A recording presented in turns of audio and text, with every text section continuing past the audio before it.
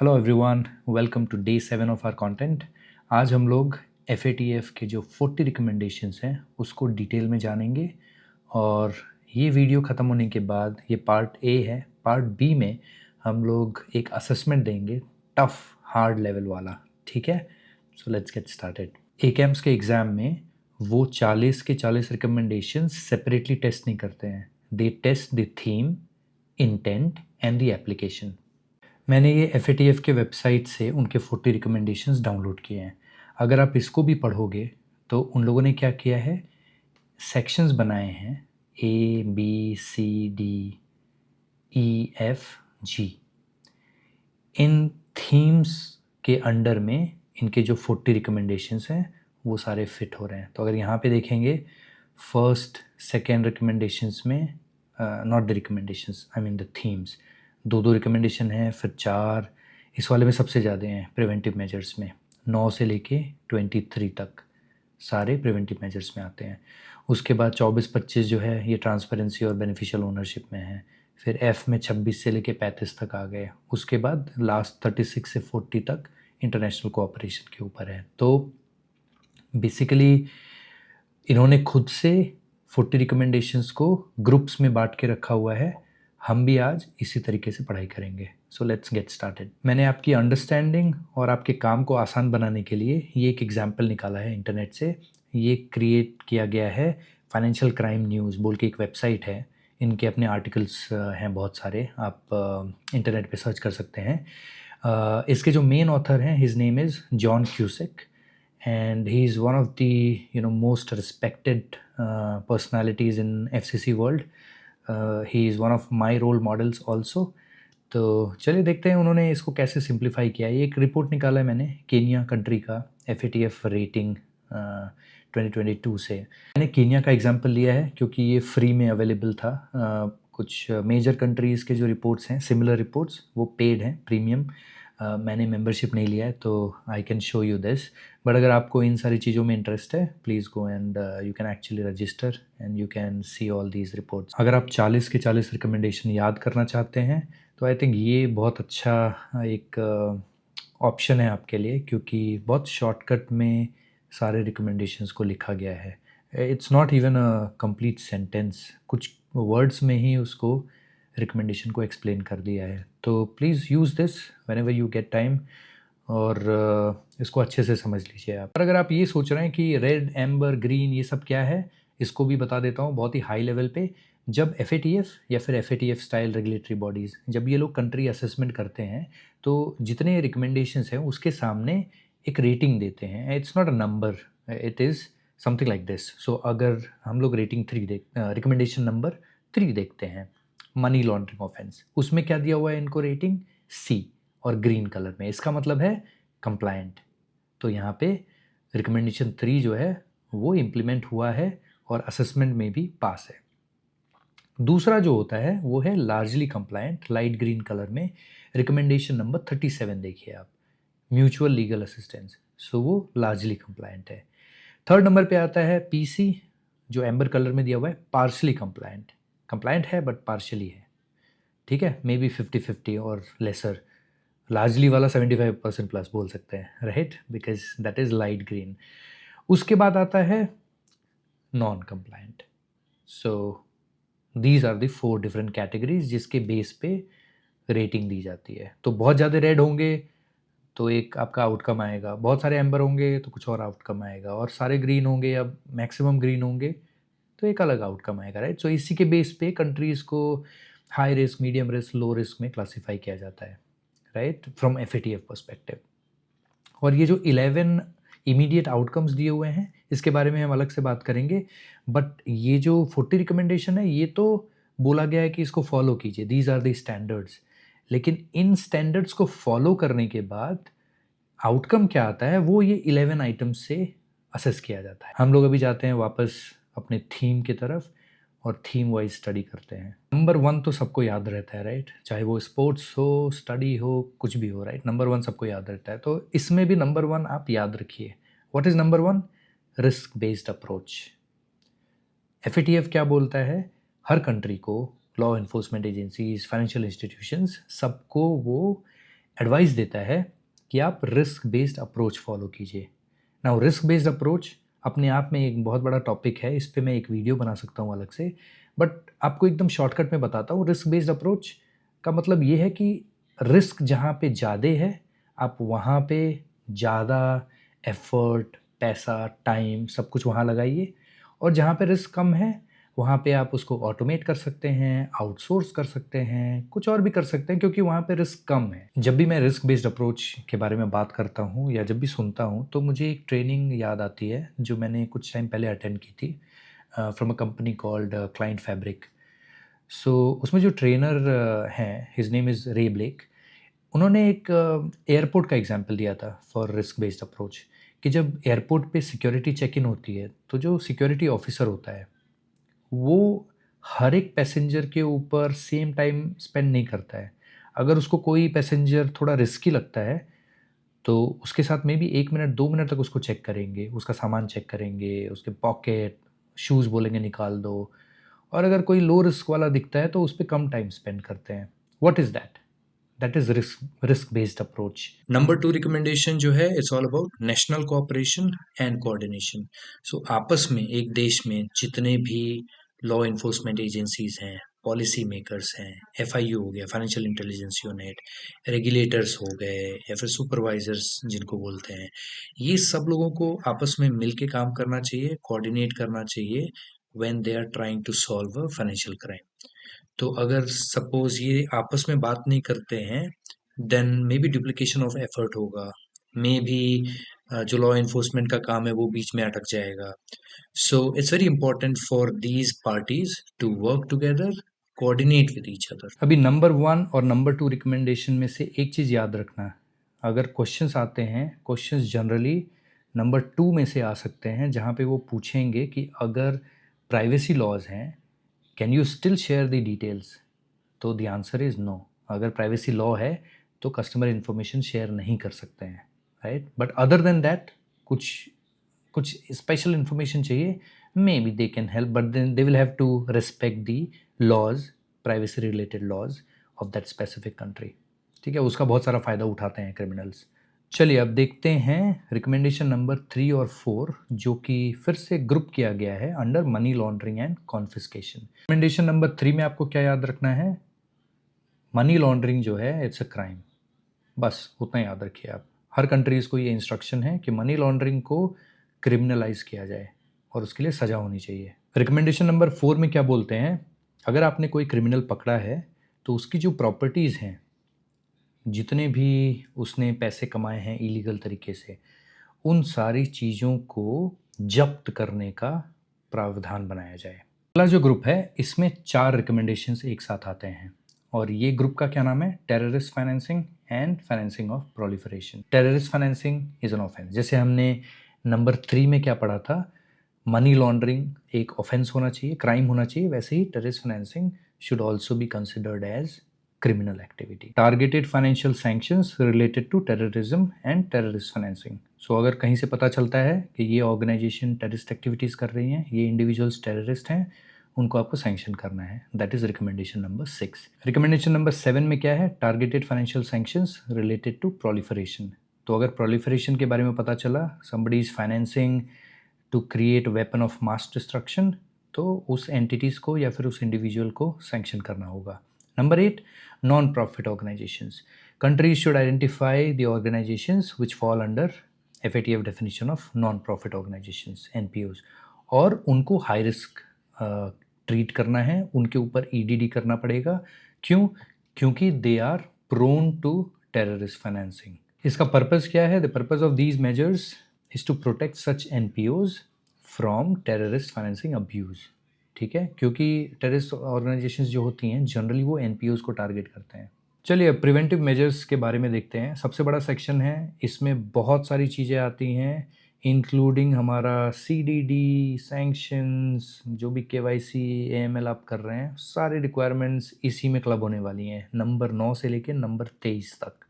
तो नंबर 9 क्या बोलता है? At a broader level, financial institutions they should not be creating some kind of law जो FATF के रिकमेंडेशंस के बीच में आ जाए। ठीक है।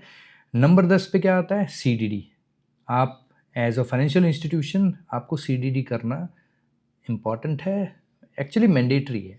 और आप कोई भी अनोनिमस अकाउंट, जैसे कि नंबर्ड अकाउंट्स पहले खोले जाते थे, अकाउंट नंबर 1 2 3 कौन ओन करता है नहीं पता, नाम नहीं डालते थे कस्टमर्स को बचाने के लिए, प्राइवेसी के लिए। दिस इज़ इलीगल, वो नहीं करना है अभी।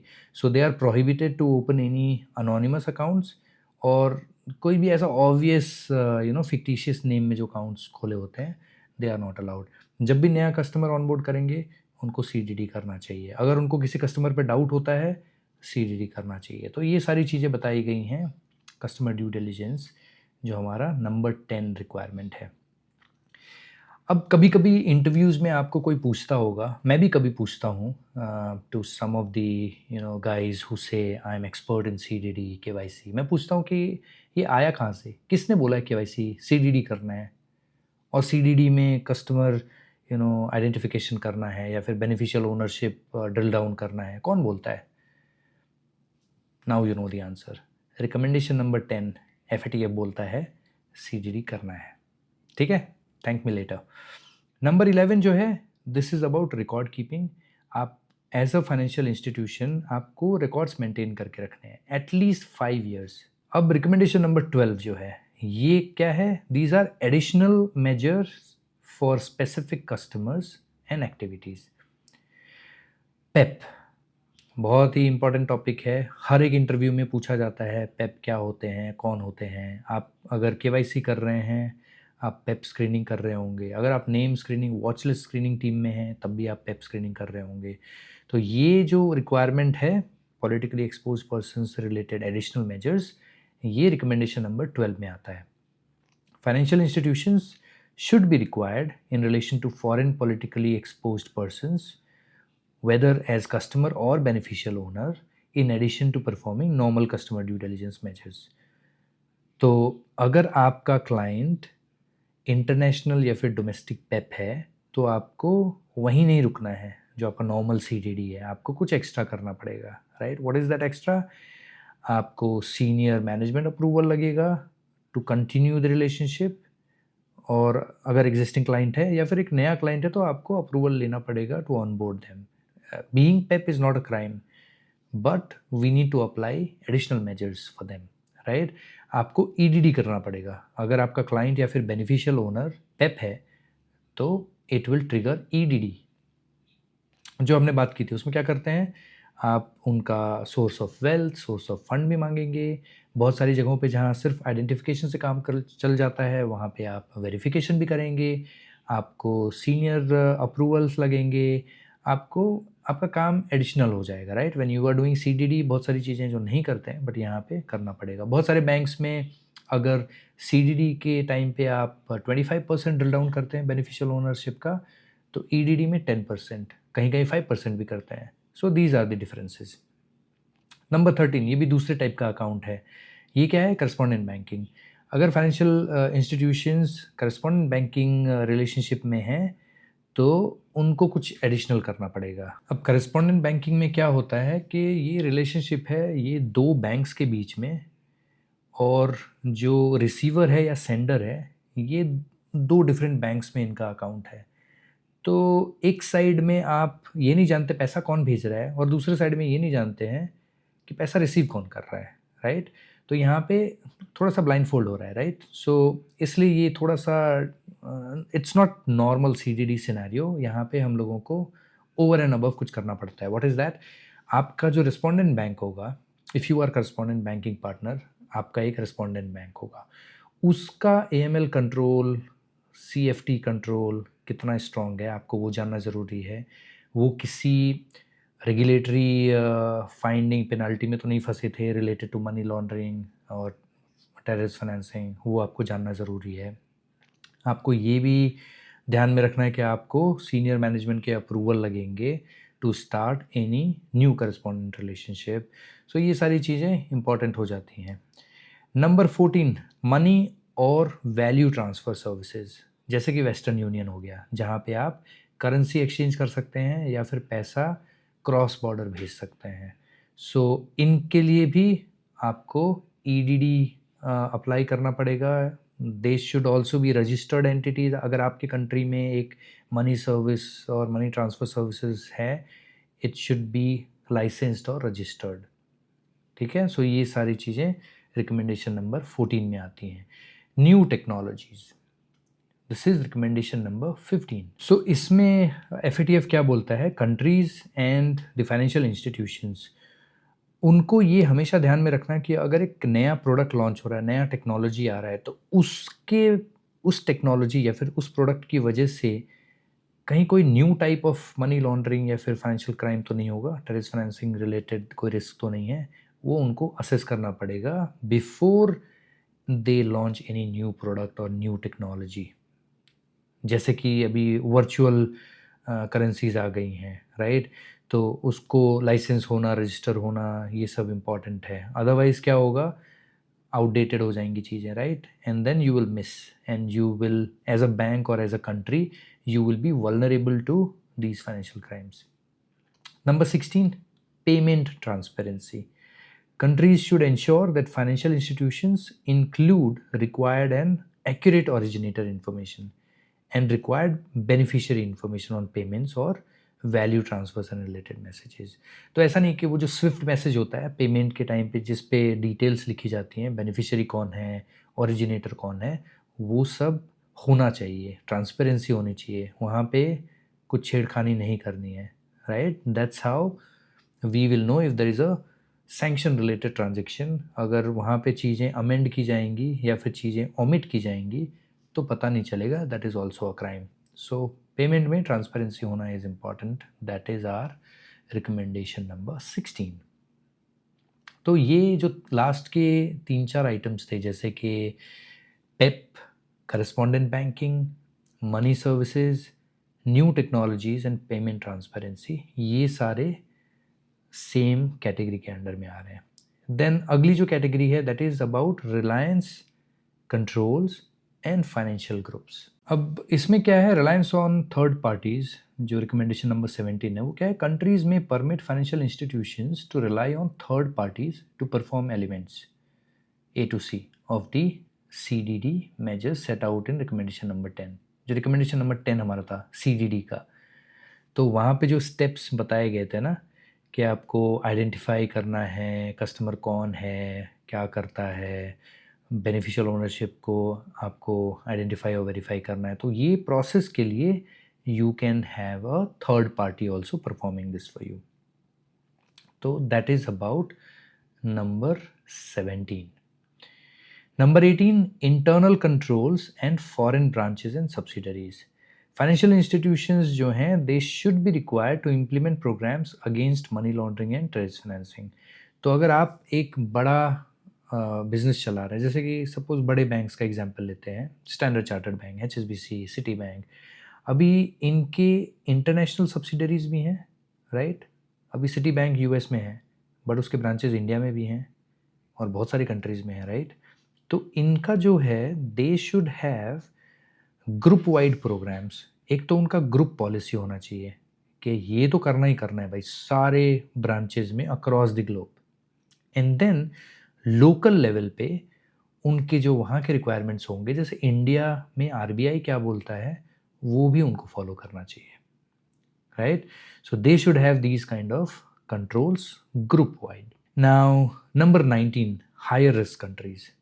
Financial institutions should be required to apply enhanced due diligence measures to business relationship and transactions with natural and legal persons and financial institutions from countries that are high risk as per FATF, right? तो इसका मतलब अगर जैसे मैं पिछला report आपको दिखा रहा था केन्या का, अगर वो हाई रिस्क है तो आपको हाई रिस्क मेजर्स लगाने पड़ेंगे। आपको अपना एज अ बैंक आपके पास एक लिस्ट होनी चाहिए जिसमें आप क्लासीफाई करते हैं कि कौन सी कंट्री आपके लिए हाई रिस्क है, कौन सी मीडियम रिस्क है, कौन सी लो रिस्क है, और कौन सी कंट्रीज प्रोहिबिटेड है जहाँ पे आप बिजनेस नहीं करेंगे। तो उसका एक आपके पास लिस्ट होना चाहिए। That is recommendation number 19। Number 20, reporting of suspicious transactions. अब यहाँ से AML भी शुरू हो गया, राइट? ट्रांजेक्शन मॉनिटरिंग आ गया। सो नंबर 20 क्या बोलता है, रिपोर्टिंग ऑफ सस्पिशियस ट्रांजेक्शन्स। अगर फाइनेंशियल इंस्टीट्यूशंस सस्पेक्ट करते हैं कि one of their clients is involved into criminal activities और they are related to terrorist financing, तो उसको by law they are required to file a SAR, suspicious activity report, to whom?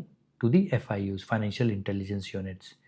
तो जब हम लोग वो नेशनल लेवल और international coordination collaboration की बात करते हैं, तो ये FIUs आपस में बात करते हैं क्योंकि बैंक ने उस क्लाइंट के बारे में ऑलरेडी कुछ कंप्लेन करा हुआ है थ्रू सार, सस्पिशियस एक्टिविटी रिपोर्ट, और बताया है FIUs को कि I suspect there is something wrong. आपको पता होगा टिपिंग ऑफ और कॉन्फिडेंशियलिटी, इसमें हम क्या बात करने वाले हैं। 21 रिकमेंडेशन नंबर 21, अगर आप as a bank financial institution आपको किसी क्लाइंट के ऊपर डाउट है, so you can not go and tell your client कि पता है हम लोग थोड़ा सा आपके ट्रांजेक्शन्स पे डाउट हो रहा है, तो हम लोग FIU पे आपका सस्पिशियस एक्टिविटी रिपोर्ट फाइल करने वाले हैं। You can not go and tell this to your client, that's crime. Number 22, DNFBPS, इसके बारे में हमने अलग से एक वीडियो में बात करी है, राइट। ये क्या है? They are basically the gatekeepers. ये लोग फाइनेंशियल इंस्टीट्यूशन नहीं है, they are designated non financial businesses and professionals, जैसे कि लॉयर्स हो गए, चार्टर्ड अकाउंटेंट्स हो गए, और इस टाइप के जो फॉर्म्स है जो प्रीशियस मेटल्स में डील करते हैं, ये उन लोगों पे अप्लाई होता है। तो they also need to perform CDD। तो अगर कल को कोई बोलता है या फिर आपके इंटरव्यू में या फिर ACAMS एग्ज़ाम में अगर आपको पूछते हैं कि जो नॉन फाइनेंशियल इंस्टीट्यूशन बिजनेसेस हैं या फिर प्रोफेशनल्स हैं, तो why should they do CDD, कौन सा FATF का रिकमेंडेशन ऐसा बोलता है? So the answer is 22। अगर आपको 22 याद भी नहीं है, आपको वो रेंज जो ग्रुप्स के बारे में हम बात कर रहे हैं वो याद होना चाहिए। सो ये कौन से ग्रुप में आ रहा है? Do remember that? Preventive measures. So preventive measures number 9 से लेके नंबर 23 तक सारे उसके अंडर ही आते हैं। तो नंबर 22 है हमारे इन टाइप के क्लाइंट्स के लिए। कौन कौन से एंटिटीज़ बिजनेसेस इसमें आते हैं या फिर professionals? Casinos, real estate agents, dealers in precious metals, lawyers, notaries, other independent legal professionals and accountants, trust and company service providers, and yeah, most of them are part of this, so they also need to have their own CDD program. Number 23 again DNFBPS के बारे में है other measures. So the requirements set out in recommendation number 18 to 21 apply to all designated non-financial businesses and professionals subject to the following qualifications. अब उसमें क्या है, कुछ conditions है। लॉयर्स, नोटरीज और ये सब जो हैं should be required to report suspicious transactions when on behalf of और for a client they engage in a financial transaction in relation to the activities described in paragraph. थोड़ा सा लीगल और बहुत ही लॉ टाइप के terms में है, but ये बोलना क्या चाह रहे हैं कि उन लोगों को सार STR भी फाइल करना है। तो एक तो हो गया CDD रिक्वायरमेंट, दूसरी रिक्वायरमेंट हो गई सस्पिशियस ट्रांजेक्शन रिपोर्ट भी फाइल करना है इन लोगों को। अगला जो सेक्शन है ये है ट्रांसपेरेंसी एंड बेनिफिशियल ओनरशिप के बारे में। तो इसमें भी दो चीज़ें बना दी गई हैं, एक है लीगल पर्सन्स, नॉर्मल जो कंपनीज होती हैं उसका बेनिफिशियल ओनरशिप, एंड अरेंजमेंट्स। बहुत सारे कंपनी टाइप्स होती हैं, एंटिटी टाइप्स जो लीगल अरेंजमेंट्स होती हैं, तो उसको थोड़ा सेपरेट कर दिया है, बट दो ही हैं इसमें, नंबर 24 और नंबर 25, राइट। सो 24 नंबर में क्या बोलते हैं? Transparency and beneficial ownership of legal persons. अगर कोई कंपनी आप ऑन बोर्ड कर रहे हैं एज अ फाइनेंशियल इंस्टीट्यूशन, और अगर as a country also as a whole, आपको ये इंश्योर करना है कि वो कंपनीज़ के जो शेयर होल्डर्स हैं, जो उसके ओनर्स हैं, बेनिफिशियल ओनर्स, उसका एक रजिस्ट्री जैसा कुछ होना चाहिए कि कभी जब ज़रूरत पड़े तो ये पता लगाना ईजी हो कि वो कंपनी को एक्चुअली ओन कौन करता है, राइट। सो वहाँ पे बेरर शेयर्स अलाउड नहीं होने चाहिए, क्योंकि बेरर शेयर्स में क्या होता है, ओनरशिप तुरंत ट्रांसफ़र हो जाती है। एक वीडियो मैंने बनाया था, राइट, करेंसी नोट आपको दिखा रहा था, जिसके हाथ में वो करेंसी नोट है वही उसका मालिक है, राइट। सो बेरर शेयर में भी ऐसे ही होता है, अगर बेरर शेयर मेरे हाथ में है मैं मालिक हूँ, अगर किसी और के हाथ में गया तो वो मालिक है। सो इसलिए bearer shares are not allowed in most of the countries. अभी 2-4 कंट्रीज़ ही बची हैं जहाँ पे वो लीगली अलाउड है, वो भी इशू करना अलाउड नहीं है। एग्जिस्टिंग है तो that is still being managed, otherwise they are prohibited nowadays. और नॉमिनी शेयर होल्डर्स या फिर जो डायरेक्टर्स होते हैं उसको मिसयूज़ ना कोई करे, कंट्रीज़ को ये सब पे ध्यान रखना है। That is the recommendation number 24। 25 में सेम चीज़ें हैं, but this is for other type of legal arrangements, जैसे कि ट्रस्ट हो गया। बहुत सारे फाइनेंशियल क्रिमिनल्स जिनको मनी लॉन्ड्रिंग वगैरह करनी है, sometimes for terrorist financing also, वो लोग ट्रस्ट को चूज़ करते हैं। क्यों? थोड़ा कॉम्प्लेक्स होता है और वहाँ पे जो आपके इन्फॉर्मेशन है वो इतना ईज़िली मिलता नहीं है कहीं पे। ट्रस्ट डीड में लिखा होगा कि उसका सेटलर कौन है, ट्रस्टी कौन है, बेनिफिशियरी कौन है। अगर आप केवाईसी वगैरह नहीं जानते हैं तो आपको पता भी नहीं चलेगा कि कौन एक्चुअली उसको ओन कौन करता है, ट्रस्ट बनाया किसने है, राइट? तो ये सारी चीज़ें रिकॉर्ड होना is a requirement, that is number 25। अब रह गए लास्ट के 2 सेक्शंस। ये जो सेकंड लास्ट है, this one talks about powers and responsibilities of competent authorities and other institutional measures. ठीक है? पहला क्या आता है? नंबर 26 पे, regulation and supervision of financial institutions. Countries should ensure that financial institutions are subject to adequate regulation and supervision and are effectively implementing the FATF recommendations. So ये हर country को ensure करना है। So जैसे India में RBI हो गया, RBI को ये इंश्योर करना है कि बैंक्स रेगुलेटेड रहें, कोई भी ऐसा अनरेगुलेटेड बैंक ना खुल जाए और वो लगा ऑपरेट करने सोसाइटी में, देन क्रिमिनल्स उसको एक्सप्लॉइट कर देंगे, राइट? और या फिर वो खुद ही क्रिमिनल ओपन कर सकते हैं और लोगों का पैसा लूट के भाग जाएंगे। सो इसलिए regulation is super important there. Now competent authorities or financial supervisors should take necessary legal and regulatory measures to prevent the money laundering and all these associated crimes. Shell banks वगैरह open ही ना हो, ये इनको ensure करना है। और अगर इन अ नटशेल अगर बात की जाए नंबर 26 की, तो financial institutions should be licensed, registered and adequately regulated and subject to the supervision or monitoring of AML CFT purposes. अगर अब इसमें आते कौन हैं, कौन कौन से लोग क्लासीफाई होते हैं? Minimum where financial institutions provide money service या फिर वैल्यू ट्रांसफ़र, मनी और currency changing, they should be licensed और regulated and they should be registered and they should have their own at national level AML CFT का requirement. Power of supervisors. अब इसमें क्या होता है, FATF ने बोला है कि अगर आप सुपरवाइज़र हैं, जैसे कि आप RBI हैं, तो आपको ये पावर दी जाती है और कंट्रीज़ को वो पावर देनी चाहिए कि you should be able to take the strong decisions. अगर कोई बैंक चीज़ें फॉलो नहीं कर रहा है AML CFT related requirements regulations, तो you can take the licence also, you can penalise them. अभी जो बहुत सारे बैंक्स को पेनल्टी लगती है RBI के थ्रू, इस पावर की वजह से है। So countries are encouraged to give that power authority to the supervisors. So that's 27। So अभी जो ऊपर के हमने 2 देखे वो तो फाइनेंशियल इंस्टीट्यूशन रिलेटेड हैं। अभी जो नॉन फाइनेंशियल इंस्टीट्यूशंस हैं, जैसे कि आपके casinos, real estate, lawyers, accountants, उनको भी कुछ करना होगा, right? They as a country you also need to ensure कि वहाँ पे भी AML CFT के मेजर्स एडिकेटली इम्प्लीमेंटेड हैं, so that criminals do not misuse them, right? So number 28 जो है वो बात करता है इन सब चीज़ों के बारे में। नंबर 29 जो है, this is about financial intelligence units, FIUs।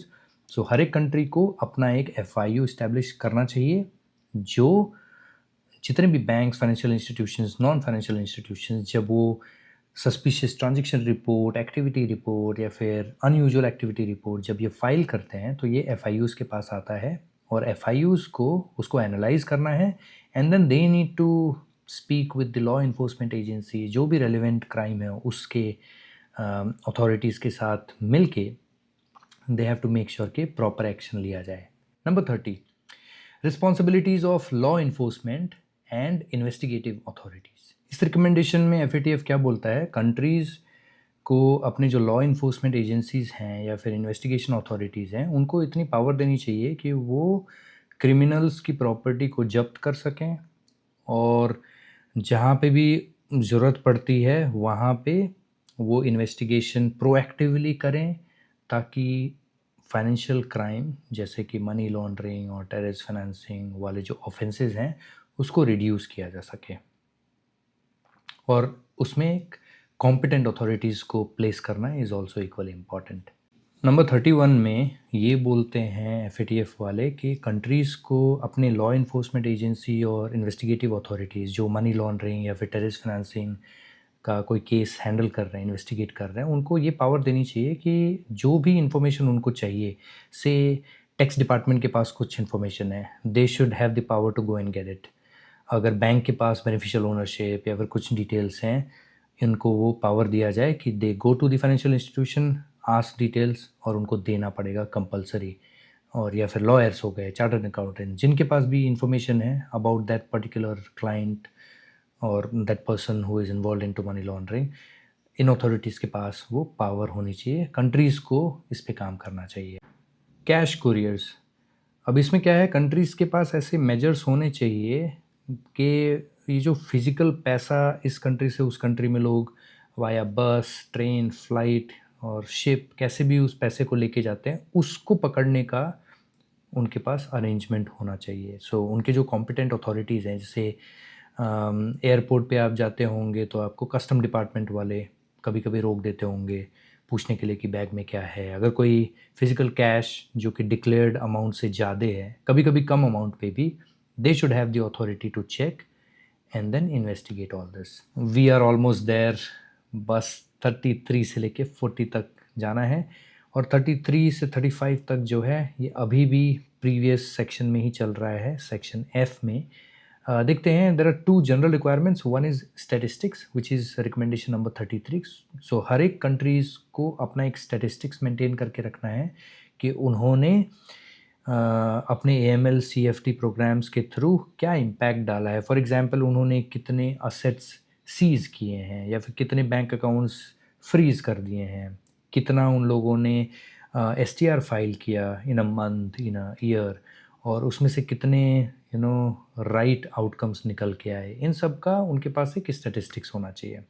Guidance and feedback is number 34 recommendation. इसमें क्या है, जो कॉम्पिटेंट अथॉरिटीज़ हैं, सुपरवाइज़र्स हैं, इन लोगों को अपने कंट्री में जितने भी एफआईज, नॉन बैंकिंग इंस्टीट्यूशंस, इन सब के साथ में बेस्ट प्रैक्टिसेस या फिर उनको फीडबैक वगैरह शेयर करना चाहिए, so that they can combat money laundering and terrorist financing kind of things at national level.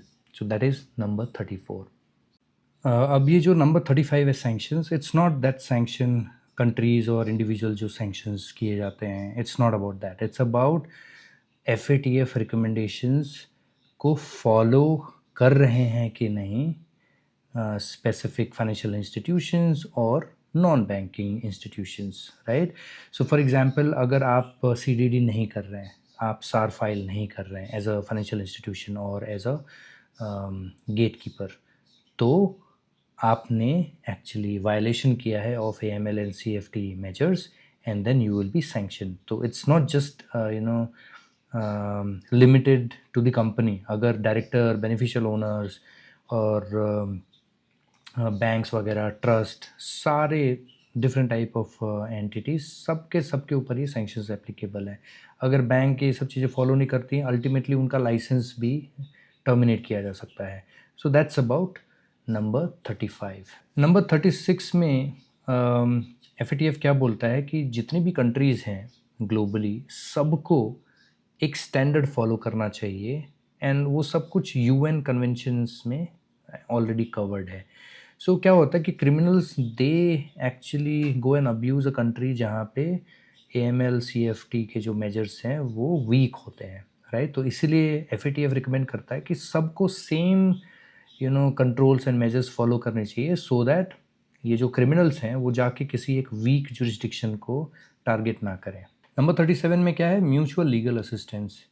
So countries आपस में उनका एक म्यूचुअल लीगल असिस्टेंस होना चाहिए इन सारे मैटर्स में जहाँ पे मनी लॉन्ड्रिंग या फिर टेररिस्ट फाइनेंसिंग का इन्वेस्टिगेशन किया जा रहा है। सो जो भी प्रोफेशनल्स होंगे दोनों कंट्रीज़ के, जो इन्वेस्टिगेटर्स हैं, उनको आपस में ऐसा एक लीगल एनवायरनमेंट बनाना चाहिए एज पर एफएटीएफ, जो बहुत सारे रिस्ट्रिक्शंस ना लगा दे कि ये नहीं, ये प्रोहिबिटेड है, वो प्रोहिबिटेड है, हम ये नहीं कर सकते, हम वो नहीं कर सकते। तो ये सब नहीं आना चाहिए, आपस में एक दूसरे को हेल्प करना है, so that globally we can fight the financial crime. That's number 37।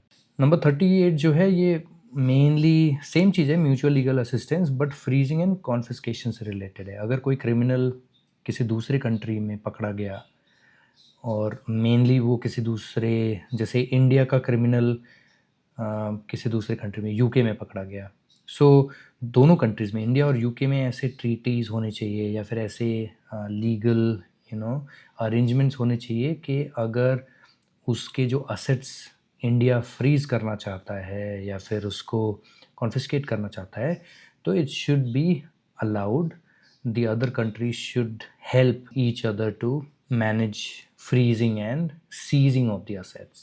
Number 39 में ये है कि एक्स्ट्राडिशन, जिसको हम बोलते हैं, अगर कोई क्रिमिनल क्राइम करके, फाइनेंशियल क्राइम करके दूसरे कंट्री में चला गया, तो वहाँ के सरकार को उसको बचाना नहीं चाहिए, उसको हैंड ओवर कर देना चाहिए टू दी एक्चुअल कंट्री जहाँ पे वो बिलोंग करता है, जहाँ पे उसने मनी लॉन्ड्रिंग या टेररिस्ट फाइनेंसिंग का कांड किया है, right.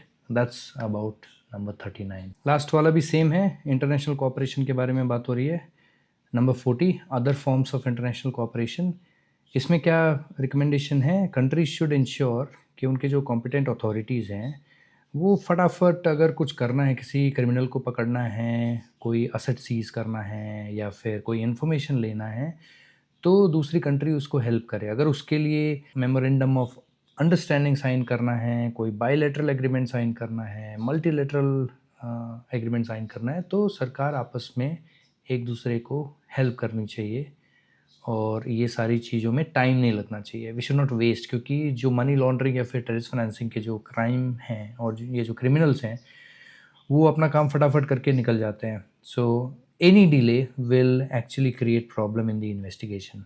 So these were the 40 recommendations by FATF। अगले वीडियो में हम लोग अपने नॉलेज को टेस्ट करेंगे। I will create some questions for you which is related to 40 recommendations of FATF और साथ में उसको सॉल्व करेंगे। देखते हैं कितना सही कितना गलत हमें समझ में आया है। ठीक है, तब तक के लिए टेक केयर, थैंक यू।